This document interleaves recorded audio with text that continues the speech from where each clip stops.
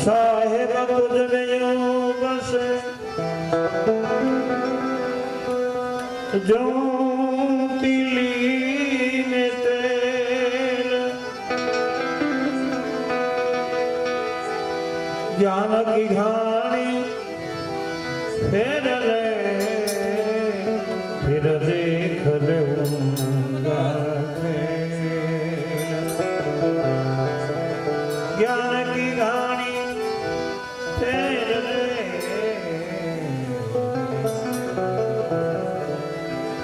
ज्ञान की घानी फेर ले देख ले उनका खेल साहिब तेरी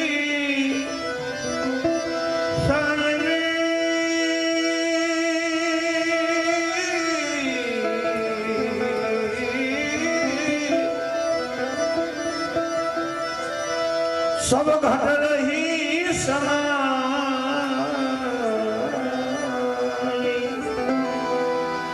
मेहंदी के पान में तोरी लाली रही सुबाई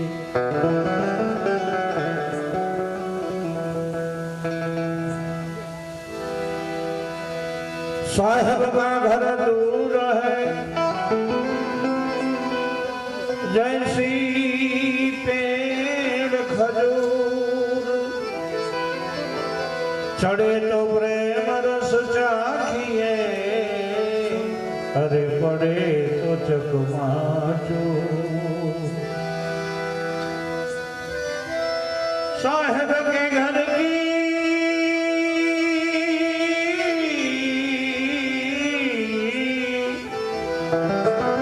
मैंने खूब करी तपास अज्ञानी को हरि दूध है और ज्ञानी जन के बहुत सुंदर मजानी संतवाणी बेने रजू करी आनंद अद्भुत आया नाम में तमे तमारी सोचता ने राखो ने એટલે એની મેળે આનંદ આવે ક્યાંયથી ગોતવા ન જવું પડે રાખો તો થાય આ બધું કરવું પડે તમે આંબા રાખો છો એટલે અનુભવ થાય કે ખોટ જાય છે કે હાંસલ રહેશે આંબા રાખતા જ નો ક્યાં જ ખબર પડે એમ તમે તમારા જીવનની માલિકા સુરતાના નામમાં રોકો ને તો ખબર પડે કેવું કેવું અનુભવ થાય છે જે સંતોને અનુભવ થયો ને આપણે ભલે સંસારી રહ્યા આપણને કદાચ મોટો અનુભવ થાય અરે કદાચ આ જન્મે ન થાય તો આવતા જન્મે થાય કારણ કે જે માર્ગે આ જીવ ચડી જાય ને ભક્તિના માર્ગે પછી એને રોકવા વાળો દુનિયામાં કોઈ નથી એને કોઈ ના રોકી શકે અને જો રોકી શકતા હોય તો જ્ઞાનેશ્વર નામનો બ્રાહ્મણનો દીકરો એ 15 વર્ષનો હતો ને એને પાડાના મોઢે ભગવાન ગાયત્રીમાંની ગાયત્રી મંત્ર બોલાવ્યો ओम भूर्भुवस्व तत्सवितुर्वरेण्यं भर्गो देवस्य धीमहि धियो यो न प्रचोदयात् आ मंत्र છે એને અજંપા ગાયત્રી કહેવાય જે જમતી નથી કાયમ માટે આપણા શરીરમાં ચાલુ છે અને અમારા બ્રાહ્મણોને 3 વખત ગાયત્રી કરવી પડે સવારમાં બપોરે ને સાંજે એવો એનો નિયમ છે એ નિયમ પ્રમાણે હાલીએ ને એટલે કુદરત જ્યારે જ્યારે સમય આવે જવાનું થાય ત્યારે જવું તો બધાને પડે એટલે બેન સવારામ બાપાનું ભજન બોલ્યા તન તરોવર પર કરી આશીરા રહ્યા નહીં કોઈ સંત સતી તન એટલે શરીર તરોવર એટલે ઝાડ આ શરીર રૂપી ઝાડવાની માથે કોઈ સાધુ સંતો હોતે વિશ્વાસ રાખી અને કોઈ દુનિયામાં જીવા નથી બધાને જવા મેં મુસાફિર આયા ગમશે જ્યાં તમારી મારી ગમ પહોંચતી નથી તમારી મારી બુદ્ધિ પહોંચતી નથી એને અગમ કહેવાય જે આપણે જાણતા નથી જેને જોયો નથી જેનો અનુભવ નથી ત્યાં અનેક સંતો પહોંચ્યા છે અને જે ભોગ્યા છે ને એને પોતાના અનુભવની વાત સંતવાણીમાં રજૂ કરી છે. એવા એક સંત કબીર સાહેબજી લખે, રામાનંદ સ્વામી જેવા એના સદગુરુ મળ્યા અને ગુરુ મળ્યા પછી સાહેબની બંદગીની શરૂઆત કરી. બંદગી કરતા કરતા કેવો અનુભવ થયો એની વાત એના ગુરુ આગળ કહે છે. અરે ગુરુજી પકડો ને મેરી બાઈ નામ મેં નદિયા ગુરુજી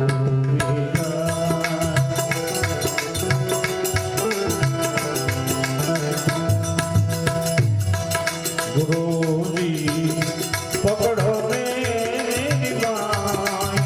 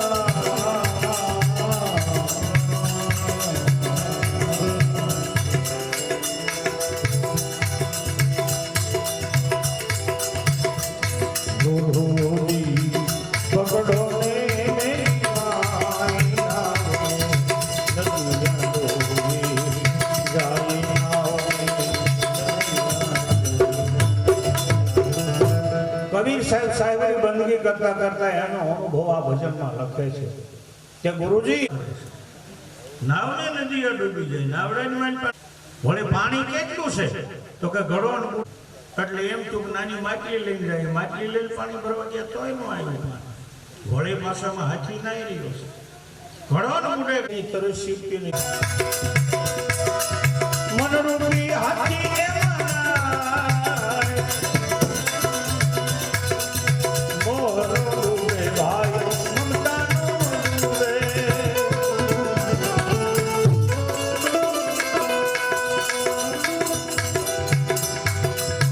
મોહનો ડૂબે ભાઈ મમતાનો ડૂબે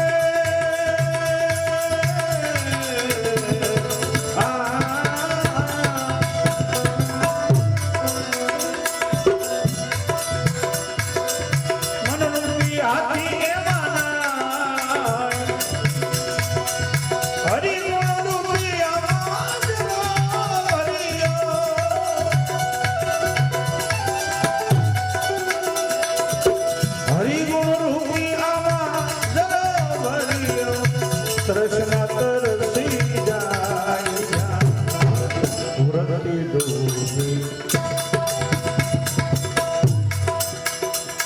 जरा तुम देखो ने मेरे भाई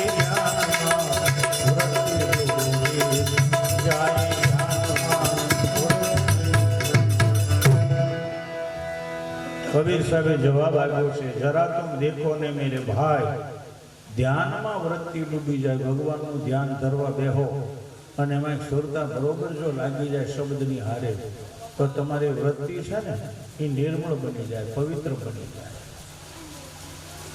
ધ્યાનમાં વૃત્તિ ડૂબી જાય. હવે ઘોડો કોણ છે, ઘડી કોણ છે, હાથી કોણ છે? તો ઘડા રૂપી મોહ, મોહ રૂપી ઘડો. મોહનો ડૂબે, મમતાનો ડૂબે, મન રૂપી હાથી ના. રાતને દિવસ 24 કલાક માયા રૂપી જળની માલપા મનસાની ધોબાકા દીધા કરે. એનાથી બહાર ન નીકળે. સવારમાંથી માણસ જાગે ને ત્યાંથી પૈસા વાછળની દોટ હોય. ઘરેથી નીકળે એટલે સમજી લેવાનું ત્યાં ક્યાંક રળવા જાય છે. બીજું કાંઈ કામ ન હોય. રૂપિયા વાહે દોડતો હોય. હે ખબર છે કે નાશવંત છે, કદાચ કરોડ રૂપિયા ભેગા કર્યા ને આખો કબાટ ભર્યો હોય તો ભૂયો જાય તે હારી આવે. કોઈ છોકરા એવા જન્મ્યા છે કે જેને બાપાને 500 નોટું બાળ્યા હોય? કોઈ ન બાળે. બહુ તો ચંદનના લાકડા લાવીને બાળે. મરી ગયા ખેડ્યા ને ગાંડા બાવળના લાકડા બાળો, ચંદનમાં બાળો, એમાં શું ફેર પડે? જેવટે તો બાળી દેવાના છે ને. પણ કોઈને એવો વિચાર ન આવે કે મને કુદરતે સંપત્તિ આપી છે જાજી, તો આની પાછળ પરમાર્થ કરો, દુનિયાના જીવોનું કલ્યાણ કરો.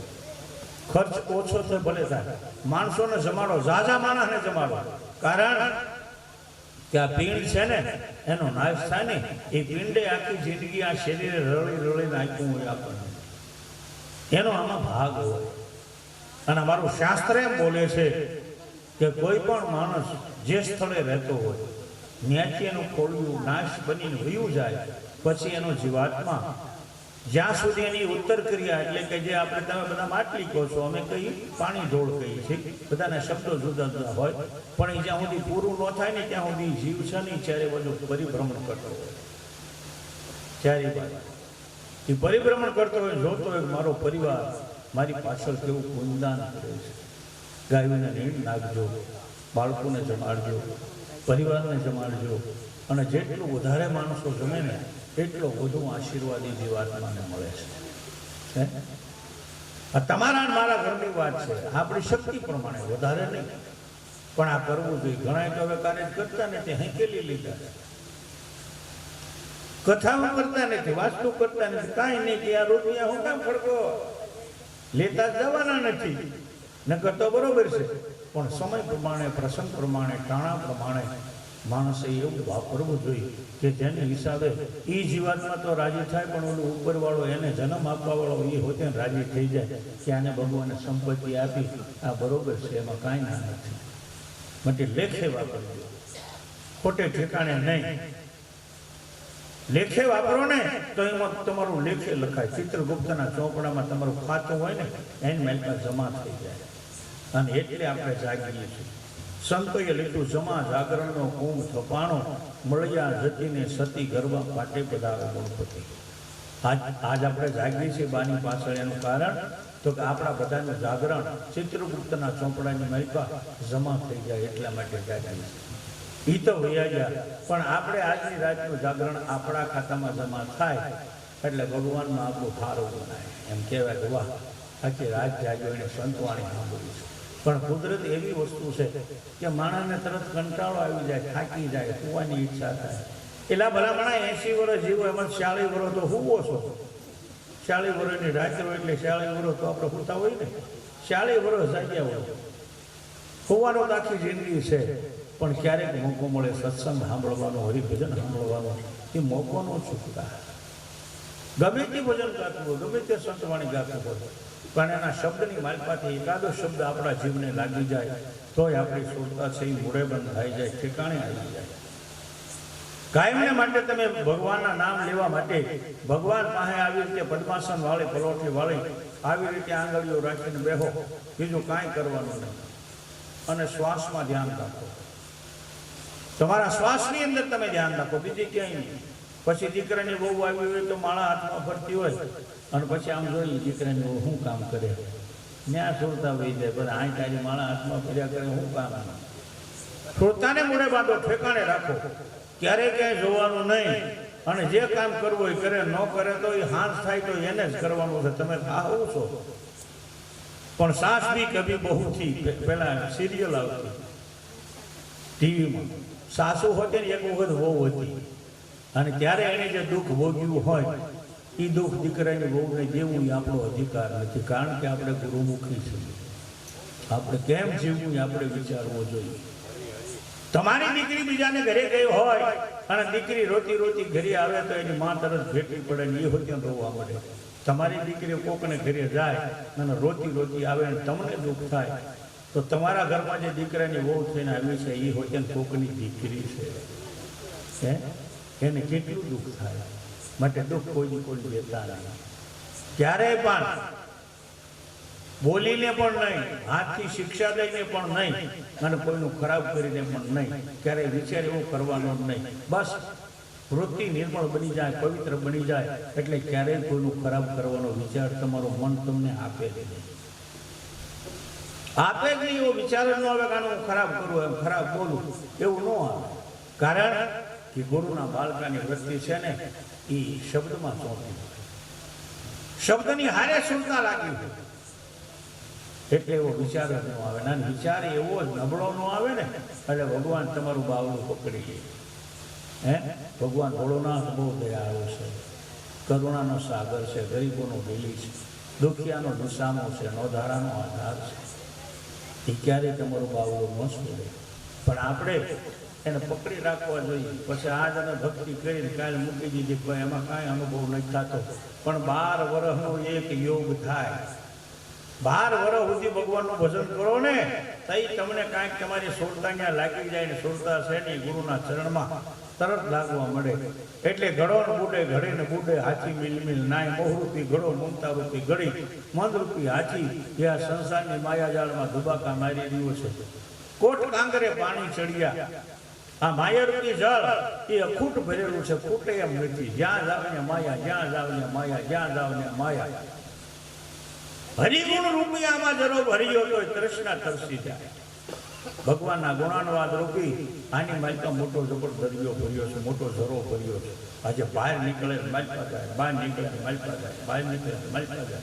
એ કોણ?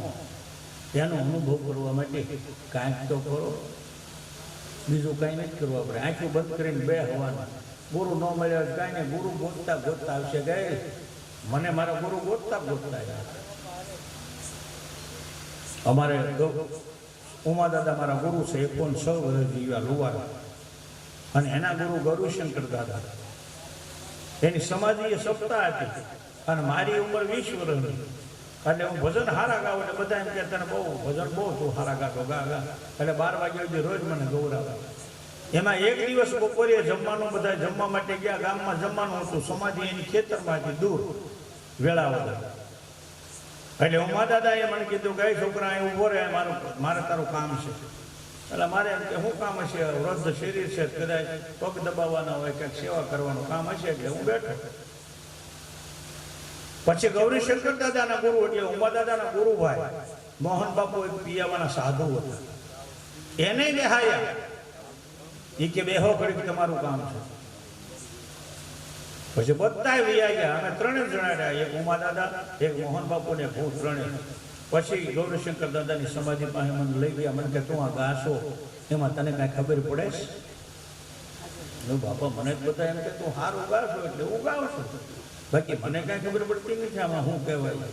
તો કાંઈ આવ્યું, તારું દૂધ તો ઊનું છે પણ મેળવણની જરૂર છે. દૂધ તો ઊનું છે તૈયાર, પણ મેળવણ નાખવાની જરૂર છે.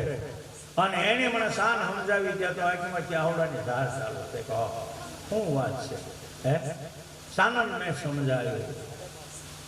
ખાલી શાન મળી જાય, શબ્દ મળી જાય, નામ સ્મરણ મળી જાય, અને જો જિજ્ઞાસુ જીવ હોય તો ચોક્કસ એના હૃદયમાં ચોટ લાગી જાય. વાહ! અને ત્યાર પછી આ મારો વિકાસ થયો છે. એને મને જો માર્ગે ચડાવ્યો ને એ કેળે હાલતા હાલતા આજ એની દયાથી તમારી સામે 75 વર્ષે બેઠો છું. એ એની કૃપા છે, એની દયા છે. અને ઉપરથી મારો ગુરુ આદેશ કરે ને એ ભજન જ હું તમને પીરું. મને એમ લાગે કે આ ભજનની અહીં જરૂર છે, અને મારો ગુરુ કહે હા એ જવા દે.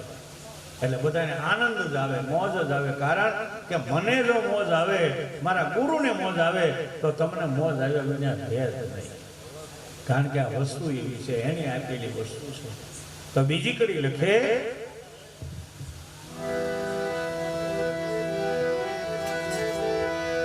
સાસુ કુંવારીને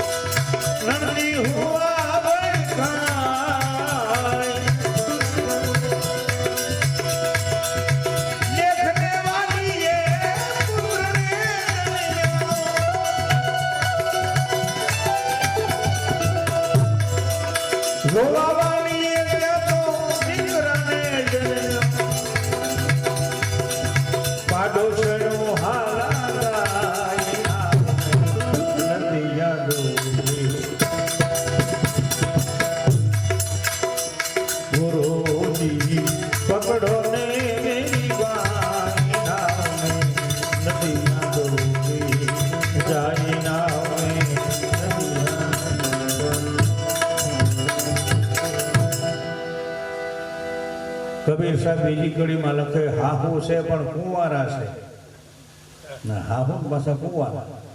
સાસુ કુંવારી, વહુ અમલમાં, એને ઘરે વળી પાછી દીકરાની વહુ છે, એને નાનું થાય એમ છે. વહુ અમલમાં નણદી સુવાવડ ખાય. દેખને વાલીએ પુત્રને જન્મ્યો, જોવા વાળીએ દીકરાને જન્મ આપ્યો. ચાટો પાડો માંથી હવે હાલરડા ગાવા, દોરી બીડા ખેંચવા, હલો લોહા, હલો લોહા, હલો લોહા. દેખને વાલીએ પુત્રને જન્મ, પાડો સેનો હાલા ગાય. આ સાસુ કોણ છે, વહુ કોણ છે, નણંદ કોણ છે, કોણ દીકરાને જન્મ આપે અને કોણ હાલરડા ગાય? જવાબ આપ્યો છે કબીર સાહેબજી. માયા કુંવારીને ભક્તિ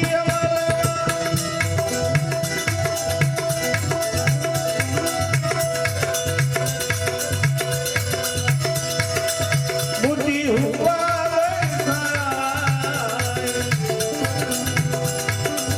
માયા કુંવારી જેની ભક્તિ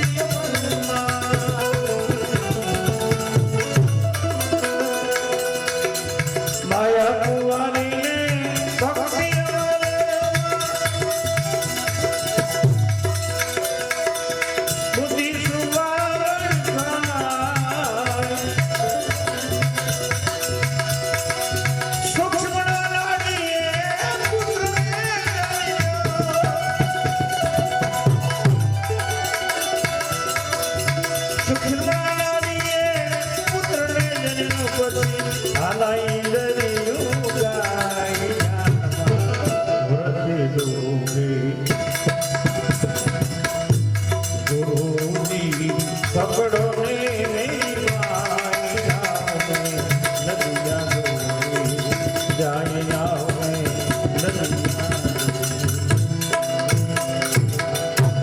સાસુ એટલે કોણ? તો કે માયા. માયા કોઈની હારે કોઈ દી વર્તી જ નથી.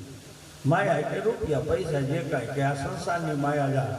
આ સંસારમાં એટલી માયા હોય એકબીજાને, બે જણા હોય ઘરમાં, એટલો બધો અનન્ય પ્રેમ હોય, પણ એ કાયમને માટે ટકે નહીં, કારણ કે બેમાંથી એકને તો આ દુનિયામાંથી જવું પડે. પુરુષ જાય કે સ્ત્રી જાય, એકબીજાને હેત હોય, પ્રેમ હોય, અને વર્ષો વિતાવ્યા હોય, 40, 50, 60, 70 વર્ષ હારી ગયા હોય, તો જવું પડે. માયાને મૂકી દેવી પડે.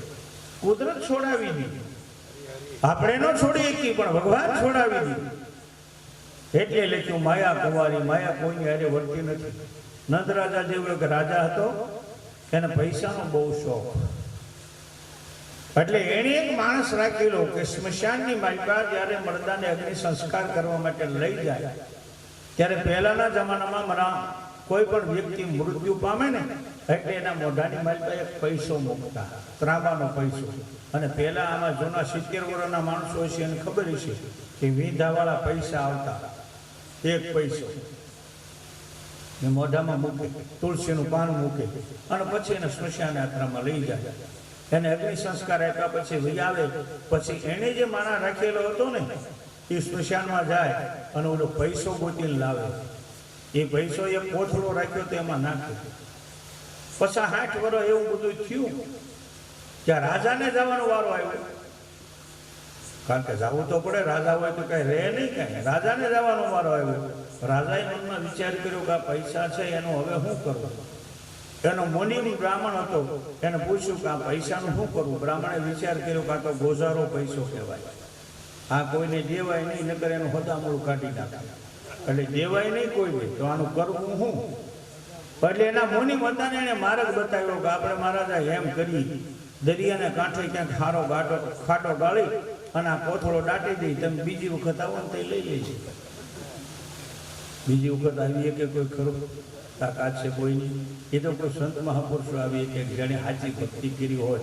જ્ઞાનેશ્વર જેવો મહાન સંત જેને ભક્તિ કરી હોય, 1400 વર્ષનો ચાંગદેવ એ જીવેલો, એ 1400 વર્ષના ચાંગદેવ છે ને, એને અહંકાર આવી ગયો કે મારી જેવો જ્ઞાની કોઈ નહીં, 1400 વર્ષ જીવવા વાળો કોઈ નહીં, એને અભિમાન આવ્યું. એટલે બાજુના ગામના જ્ઞાનેશ્વર અને મુક્તાબાઈ એ બેન ભાઈ ભગવાનની ભક્તિ કરે અને ત્યાં રહે. એટલે ચાંગદેવને અભિમાન આવ્યો, એટલે એને વિચાર કર્યો કે બાજુમાં એક નાના નાના છોકરા આવ્યા છે, પણ બહુ ભક્તિવાળા છે, અને એમાં એક છોકરો તો એવો છે જેણે પાડાને મોઢે ગાયત્રી મંત્ર બોલાવ્યો હતો. આવી તાકાત વાળો છે. માટે મારે એને મળવું છે, પણ મળવા જવું કેમ? હું તો 1400 વર્ષનો અવડો મોટો, પણ આ 15 વર્ષનો. એને મળવા જાવ તો મારી કિંમત શું એમાં? એટલે એને મનમાં વિચાર કર્યો કે હું એક ચિઠ્ઠી લખીને મોકલું. એટલે હાથમાં કાકડીઓ લીધો, હિન્દી પેન લીધી અને લખવા માટેની તૈયારી કરી. તો હવે લખવું કેવી રીતે? હું લખવું મારી કાગળિયા? પહેલાં તો સંબોધન લખવું પડે. આપણા બાપાને આપણે ટપાલ લખતા હોઈએ તેમાં લખવું પડે પૂજ્ય પિતાશ્રી એમ લખવું પડે. માને લખતા હોય તો પૂજ્ય માતુશ્રી એમ લખવું પડે. મોટા ભાઈ હોય તો એમ લખી વડીલ બંધુ મોટા ભાઈ એવું આપણે પહેલાં લખવું પડે અને પછી બધી વિગત લખાય એમાં. એટલે ચાંગદેવને સંબોધન યાદ આવ્યું ને પહેલાં હું લખું ક્યાંથી શરૂઆત કરી? કાંઈ યાદ આવ્યું ને એટલે કોરે કોરો કાગળિયો છે ને 4 વડો હંકેલી અને એક માણસને કીધું કે હાલે અહીંથી 2 કિલોમીટર ઓલું ગામ છે ને ત્યાં જ્ઞાનેશ્વર ને મુક્તાભાઈ ગામના પાદરમાં ઝોપડી બનાવીને રહે છે, એને તો આ કાગળ આપજે. માણસ ગયો, પણ માણસને અભિમાન હોય ને, કારણ કે એના ગુરુદેવ 1400 વર્ષ જીવેલા, એટલે એને અહંકાર તો હોય થોડો ઘણો મનમાં.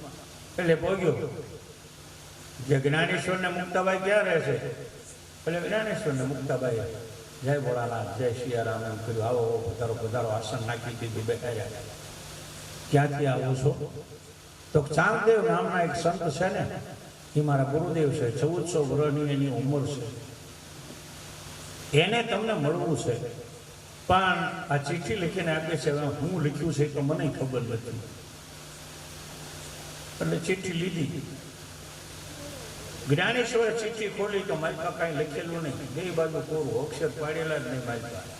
અરે મુક્તાબેન મોટા હતા, એને કીધું બેન તમે મોટા છો, તમે આ ચિઠ્ઠી વાંચો ને, કોરા કાગળ તો તમને વાંચતા આવડે, મને ક્યાંથી વાંચતા આવડે? પણ આ દુનિયામાં જે કોરો કાગળ વાંચે ને એ જ અલખને પ્રાપ્ત કરી શકે, એ જ નાથને મેળવી. કે કારણ કે અલખ પણ કોરો, કાગળિયો પણ કોરો, અલખે કોરો છે અને કાંઈ લાગતું નથી, એને કોઈ વસ્તુ અડતી નથી. આ જીવ છે એનું કાંઈ થતું નથી, મળતો નથી, જન્મતો નથી, કાંઈ નહીં, બસ અવિચળ છે છે. કદાચ આ પૃથ્વી પાતાળે વયો જાય એટલે સવારામ બાપા લખે જાવે સકલ હી મંડાણ. ચંદ્રમા ભાણ એવું કંઈક આવે છે, જાવે સકલ હી મંડાણ તારા સહિત ચંદ્રમા ભાણ, તારા સહિત ચંદ્રમા ભાણ. તારાની હારે આખું મંડાણ નાશ પામશે, સૂર્ય ને ચંદ્ર પણ નાશ પામશે, પૃથ્વી પણ નાશ પામશે, પણ એને જન્મ આપવા વાળો છે ને એનો નાશ નહીં થાય. વળી એની ઈચ્છા થાય કે વળી પાછા મારા જેવા બીજા જીવન પેદા કરવા છે તો એ કરે એવી તાકાત છે. મુક્તાબેનને આપ્યો, મુક્તાબેને કાગળિયો જોયો, 2 બાજુ ફેર્યો પણ કાંઈ લખેલું નહીં. એટલે બેન ભાઈ જરાક ત્યાંથી ઊભા થઈને આઘા વયા ગયા. આઘા વયા ગયા પછી 2 વાતો કરવા માંડ્યા. એટલે બેન કે આનો જવાબ હું આપો ભાઈ? ત્યાં તો પાડાને મોઢે ગાયત્રી બોલાવે છે, તું એટલો જ્ઞાની માણસ છો, ભગવાનની તારીમાંથી એટલી કૃપા છે અને તને મળવું છે એને, એટલે જવાબ તારે આપવો જોઈએ. તો શું જવાબ બેન આપવો? તો કે તારે નક્કી કરો. પછી જ્ઞાનેશ્વર કહે છે બેન એને કાંઈક આકરું લાગે ને એવો કાંઈક જવાબ આપી, એટલે દોડીને આપણને મળવા આવશે. આકરું લાગે એવું કહો ને એટલે માણસ મળવા આવે, એટલે કે આવશે. એટલે જ્ઞાનેશ્વરે એ માણસને કીધું કે તમારા ગુરુ 1400 વર્ષ જીવ્યા તો કોરાન કોરા રહ્યા એમ કીધું ને, ત્યાં તો ઓલાની આમ ચોટી ખીતો થઈ ગઈ. મારા ગુરુને એમ કહેવાય 1400 વર્ષ જીવેલા સંતને આ નાના એવા છોકરા આવા શબ્દો બોલે? એ ન્યા જઈને ગયો પૂરણ ફળમ ઘા કર્યો, ચિઠ્ઠીનો આવ્યો. એ તો બહુ હાઈડ્યા છે છોકરા, એને હું મળવા જાઉં. તો પણ કીધું હું તને કાંઈક તો જવાબ આપ્યો છે ને? તો કે હું ગુરુદેવ મારે તમને કેવું? તો કે નહીં, એને જે કીધું એ કે. તો કે એણે એમ કીધું કે તમારા ગુરુદેવ 1400 વર્ષ જીવ્યા તો કોરાન કોરાયા. અને પછી ચાંગદેવને પણ અભિમાન આવ્યું, જો અહંકાર છે ને એનું પતન થાય, એને અભિમાન આવ્યું. મને કોરે કોરો કીધું. હાલો 700 શિષ્યો હતા, 700 શિષ્યોને તૈયાર કર્યા. સિંહને બોલાવ્યો, જંગલમાંથી સિંહ આવ્યો, રાફડામાં હાથ નાખીને સર્પ કાઢ્યા 2 અને એનું ચોકડું બનાવ્યું, સર્પનો ચાબુક બનાવ્યો, સિંહની અસવારી કરી અને આવ્યા છે ગામના પાદરમાં. ગામના પાદરમાં આવી અને ચાંગદેવે સમાચાર મોકલ્યા કે ચાંગદેવ જેવા મોટા સંત આવ્યા છે, માટે બે બેન ભાઈ એનું હામૈયું કરવા માટે આવો. હવે આ તો નાના છોકરા, હામૈયું કેમ કરવું, એનું હામૈયું કરવું? કારણ કે એ તો ખાલી જંગલમાંથી કણ વીણી આવે, ખડ ઉગ્યો હોય ને એને કણ થાય, એ કણ વીણી આવે ને એક ટાઈમ બે જમીન ભગવાનની ભક્તિ કરે, ભજન કરે, આ સિવાય કાંઈ નહીં. લઈને હું જાઉં એનું હામૈયું? ગામમાં કોણ ગાડું જોડે, ગાડું કોણ શણગારે? એટલે મુક્તાબેન કે ભાઈ હવે શું કરવું? તો કે હવે જો ભગવાન આપણે હારે હોય ને તો આપણને એક વસ્તુ છે ને એ આપણને મદદ કરે એમ છે. તો કોણ? તો કે આપણે બે ઓટાને પૈકી લાગી, ઓટામાંથી બેસી રોજ ભજન કરતા ભગવાનનું બેઠા બેઠા ઓટાને પૈકી લાગી. જો ભગવાન આપણે હારે હશે અને આપણું જીવન સત્ય ને સાચું હશે, આપણા જીવનમાં અહંકાર નહીં હોય, બેન અને ભાઈ ભેગા રહી છે, મોટી ઉંમરના થઈ છતાં પણ બેમાંથી એકેના મનની માનતા ઉભાવ જો પ્રગટ ન થયો હોય તો ઓટો આપણને સાથ આપે. આટલું બોલી બે માથું અડાડીને પગે લાગ્યા. ઓટા અત્યાર સુધી તે અમારી લાજ રાખી છે, પણ આ જ લાજ રાખવાની છે, તારે અમારી હારે આવવાનું છે. એ બે જણા ઓટા માથે બેસી ગયા. ત્યાં તો ઓટો ખરા કરતો હાલતો અને ચાંગદેવની સામે આવ્યો ને ત્યાં તો ચાંગદેવની નાકમાંથી દળ દળ આંખડા પડી ગયા. સિંહ માથેથી ઠેકડો મારી અને દોડ દીધી જ્ઞાનેશ્વરને મળવા માટે. ત્યાં તો જ્ઞાનેશ્વર પગે લાગ્યા છે. જ્ઞાનેશ્વરને ચાંગદેવ કહે છે કે બેટા, મેં તો સજીવ માથે સત્તા મેળવી, ત્યાં તો નિર્જીવ માથે સત્તા મેળવી. મેં તો જેનામાં જીવ છે એની માથે સત્તા મેળવી, પણ તે જેનામાં જીવ નથી એની માથે સત્તા મેળવી. માટે તારી ઉંમર ભલે નાની રહે પણ તું મારા કરતા મોટો છો. આ જયારે અહંકાર ઓગળી જાય ને, એનું ચાંગદેવનું અહંકાર ઓગળી ગયો, અભિમાન ટળી ગયું કે ક્યાં હું જે પોગેલી આ વ્યક્તિ છે હું કેવું માનતો હતો. એટલે કહેવાનો મતલબ એ છે કે આ સંતો મહાપુરુષો છે ને એ તો વર્ષો સુધી વેલાન પાંદડા ખાઈ અનુભવ કરી અને આવી સંતવાણી સત્સંગ લખતા ગયા છે. એમાંથી આપણે કાંઈક જીવનમાં ઉતારીએ તો આપણું જીવન ધન્ય બને. એટલે મોહનો ડૂબે, મમતાનો ડૂબે, મનરૂપી હાથી એમાં નાય, હરિગુણ રૂપી જરો ભર્યો કોઈ તૃષ્ણા તરસી જાય. માયા કુમારી ભક્તિ અમલમાં બુદ્ધિ સુવાવડ ખાય. સૂક્ષ્મના નાડીએ પુત્રને જન્મ પછી પાડોશીનું હાલા ગાય, ઇન્દ્રિયો હાલા ગાય. ધ્યાનમાં વૃત્તિ ડૂબી જાય, ધ્યાન કરવા બેહો તો વૃત્તિ ડૂબી જાય. ત્રીજી કડી લખી છે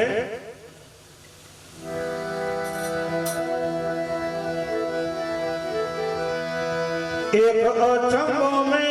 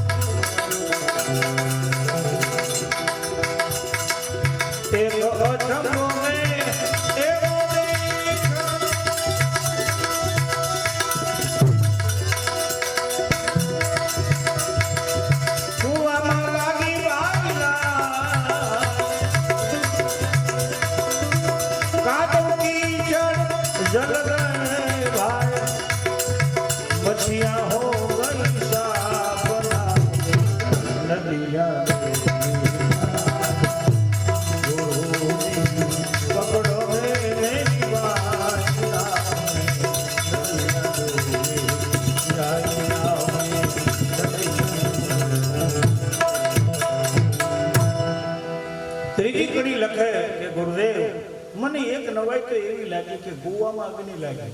એક અચંબો એમને એવો દીઠો, કુવામાં લાગી લાગ, કાદવ કીચડ જલ ગઈ, મચ્છિયા હો ગઈ સા. એક નવાઈ તો મને એવી લાગી કે કુવાની માલમાં અગ્નિ લાગી.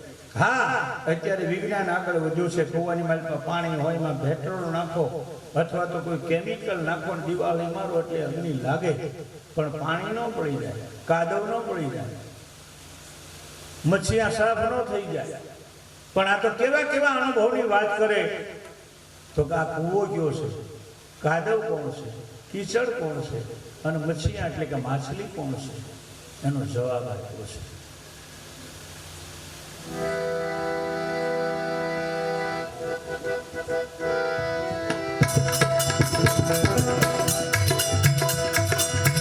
નાભિરૂપી આકવામાં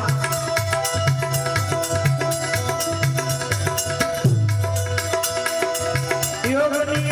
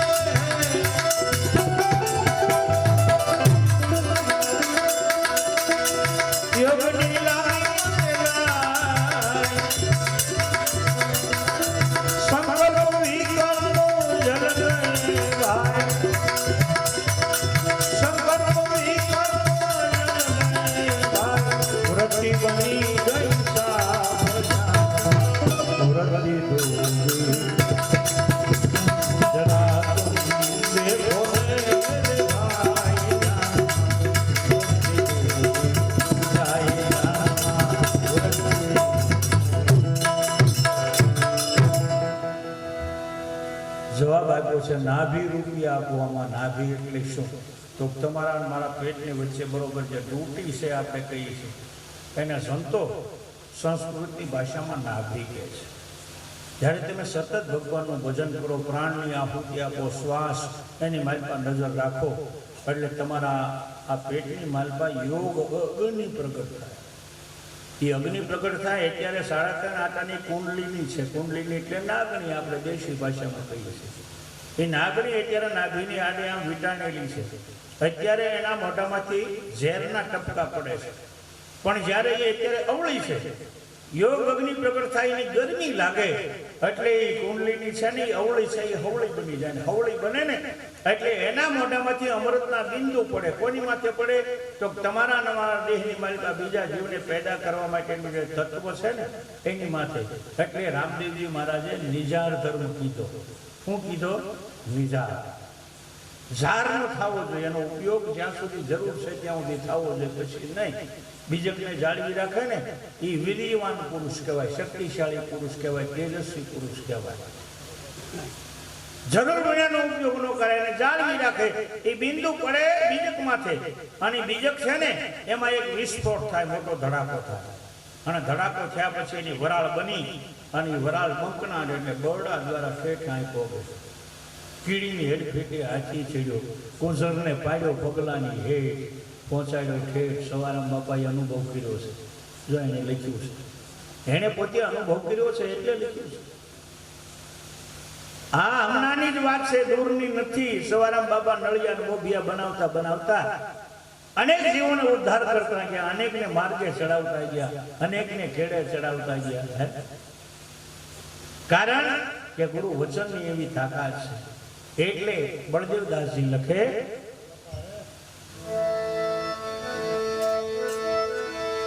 લેર ગગનમાં લાગી રે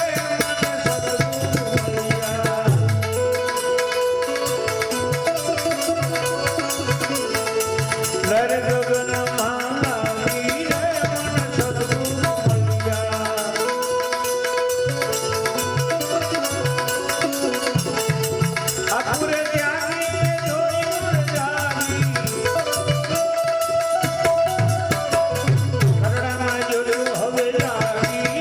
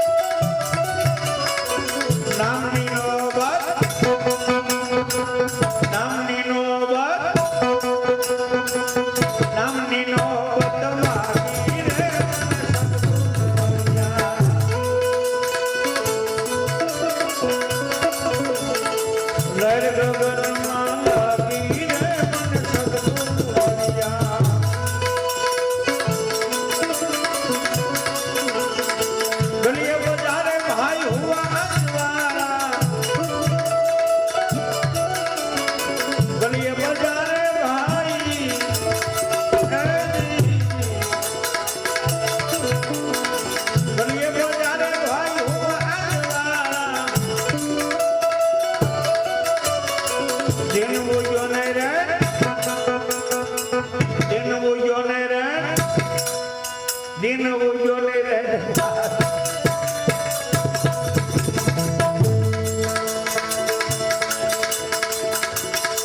ઈરે અનવાળે અલખને બધાયા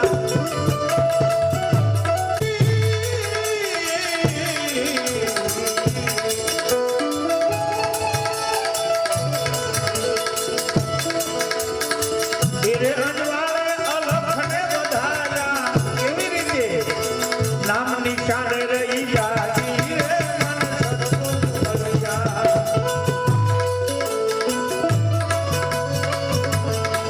લહેર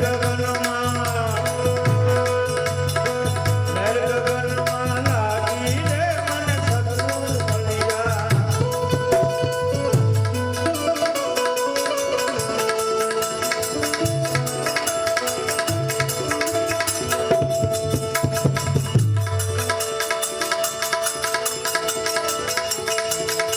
દાસ બળદેવે ગુરુ સવા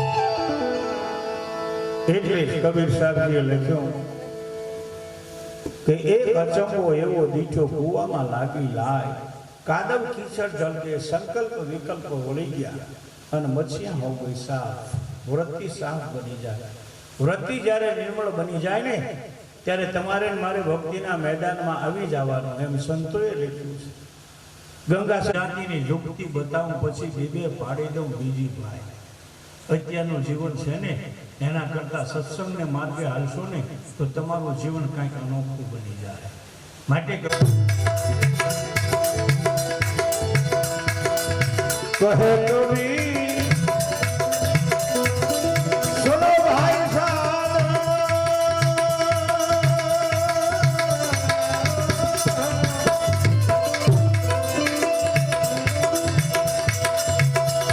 ઉલટા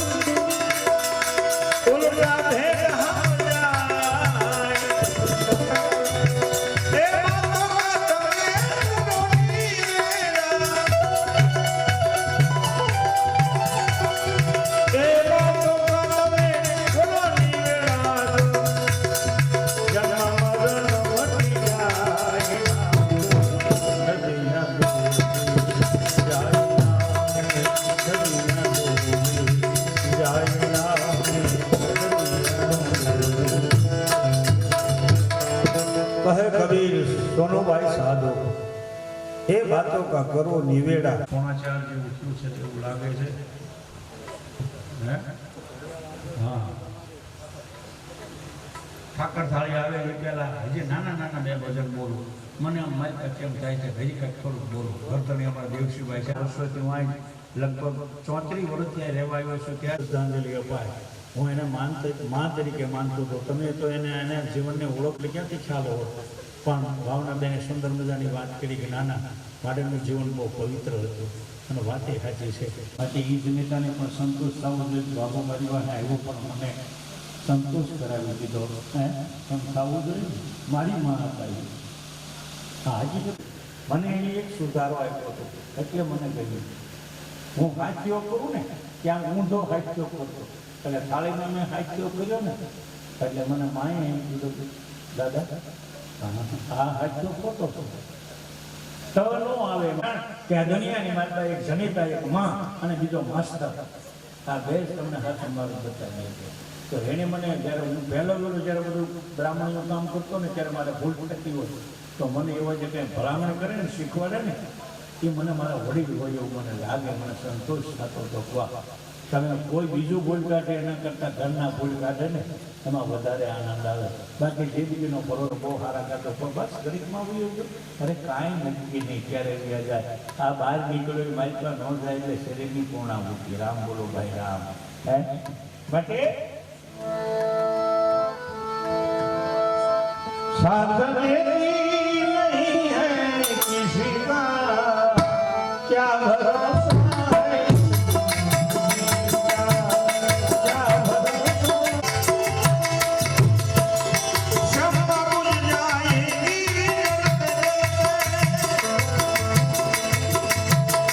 सांसद बताएगा रोशनी का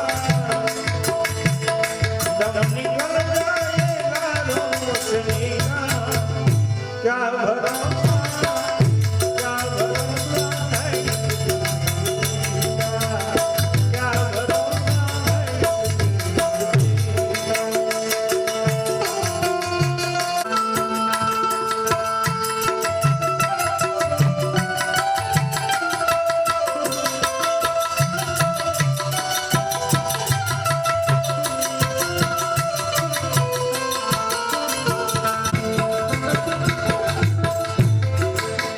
આ ઘડી બહુ મહત્વની છે. બીજી કડી લીધી છે હમ રહે ના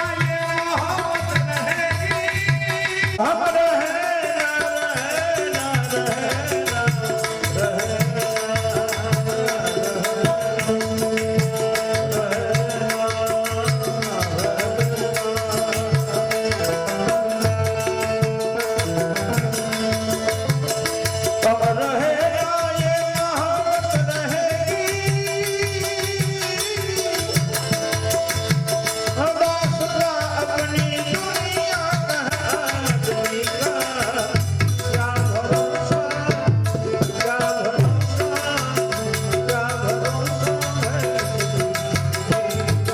हम रहे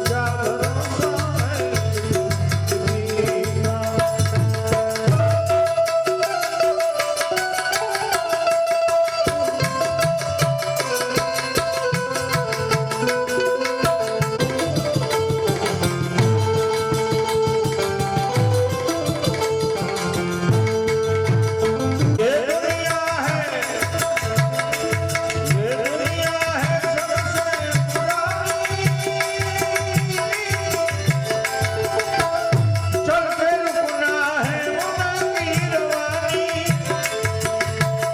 फर्ज पूरा करो बंदगी का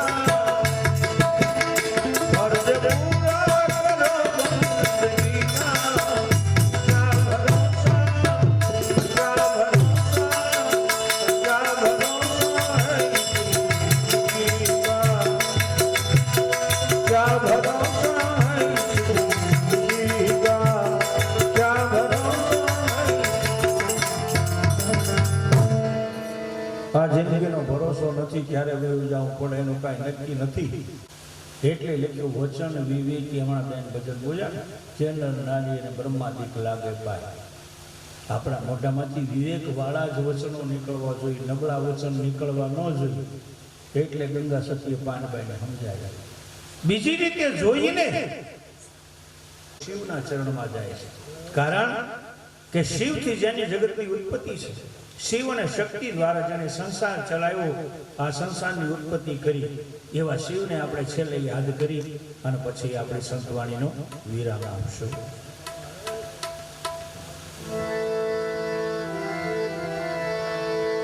પર બસ્તી બસ્તી પર્વત પર્વત ગાતા જાય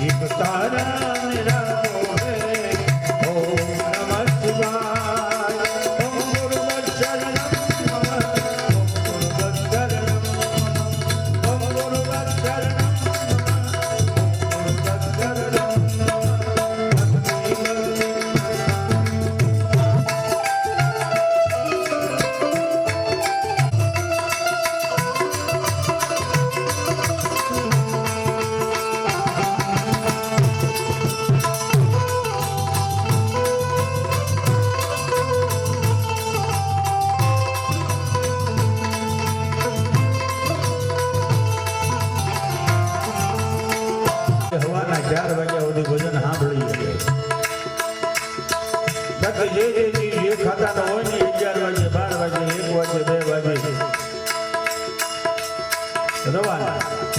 પણ જેના પ્રારબ્ધમાં લખેલા હોય આપણા ભાગ્ય હારા, અહીં જેના બેઠા છે એના નસીબ હારા, કે જેને હિસાબે સંત વાણી પૂરી થાય.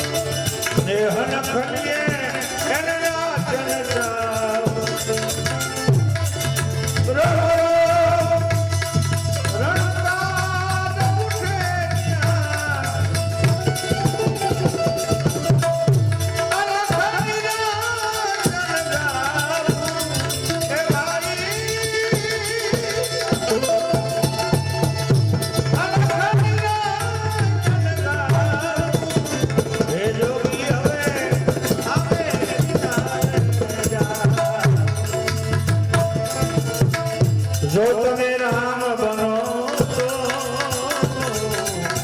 હું સબરી બની, જો તમે રામ બનો તો હું સબરી બની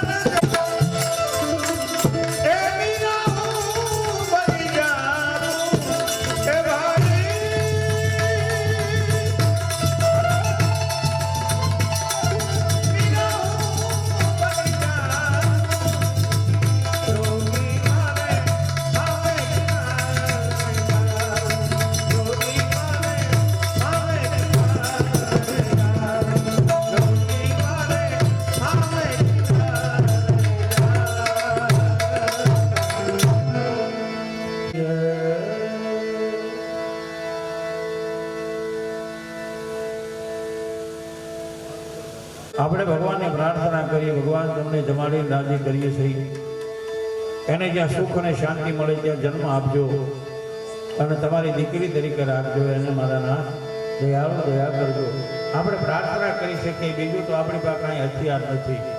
માટે ભગવાનને પ્રાર્થના, આ થાળ ધરાવીને પ્રાર્થના કરવાની છે કે હે ભગવાન, મારે ઘરે જમવા માટે તમે આવો અને અમે જે એક જનિતા અમારી માં ફૂલ સ્વરૂપે તમારા ચરણમાં મોકલ્યા છે, એમને સદગતિ આપજો અને સુખ આપજો. મારે ઘેરે જમવા પધારો કનૈયા ઓ નંદલાલ,